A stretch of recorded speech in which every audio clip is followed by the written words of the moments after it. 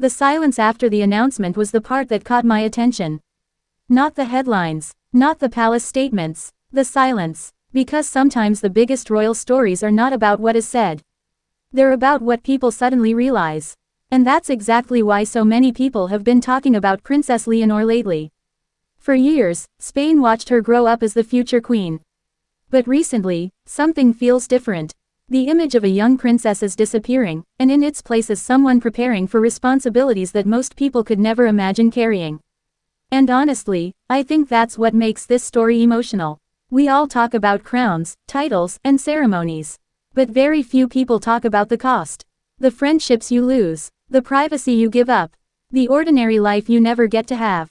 And when Leonor takes another step toward her future role, Spain isn't just seeing a future queen. People are realizing that a chapter of her life is ending forever. Now here's my hot take. I don't think the biggest challenge for Leonor is learning how to rule. I think the biggest challenge is learning how to stay herself while everyone expects her to become a symbol. That's much harder. And before I continue, if you're new to Leonor's story, subscribe, I post every day. What's fascinating is how different her path looks compared to other young royals around Europe. While figures like and represent established royal traditions, Leonor is stepping into a future that feels uncertain, modern, and constantly changing. That pressure must be enormous.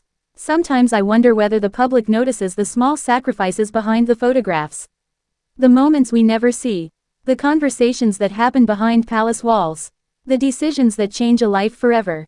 And maybe that's why this story resonates with so many people.